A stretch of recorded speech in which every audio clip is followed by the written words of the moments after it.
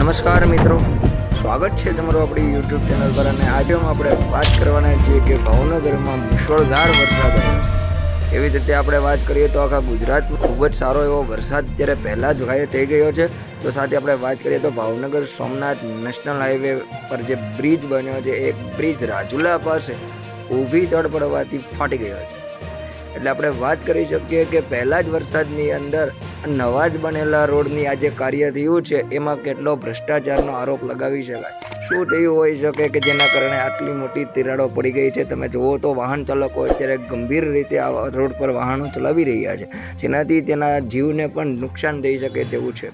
તો સરકાર આની વિશે આગળ શું પગલાં ભરશે તેની પણ આપણે વાતચીત કરવાની છે. અને અહીંયા જોવાનું છે કે આ તિરાડો પડવા માટે પ્રથમ કારણ શું હોઈ શકે? શું કોન્ટ્રાક્ટરોની ગંભીર બેદરકારી છે, કંઈ કાર્યકરોની ગંભીર બેદરકારી છે, કે પછી સરકારી લોકો જ આમાં જોડાયેલા છે? જે આ વાત જાણવાની રહી. પણ પ્રથમ વરસાદની અંદર જ આ બ્રિજનું જો આવું કાર્ય થયું હોય તો આપણે એવું માનવાનું જરૂરી છે કે કેટલીક રીતે ભ્રષ્ટાચાર થતો હોય છે. અને આ ભ્રષ્ટાચારની પાછળનું શું કારણ છે? મિત્રો, આવા જ વિડીયો આપણી ચેનલ ઉપર હર હંમેશ પ્રસારિત થતા હોય છે. તો તમે આપણા વિડીયોને લાઇક કરી લો, આપણી ચેનલને સબસ્ક્રાઈબ કરી લો અને તમારા મિત્રો સુધી શેર કરી આપો.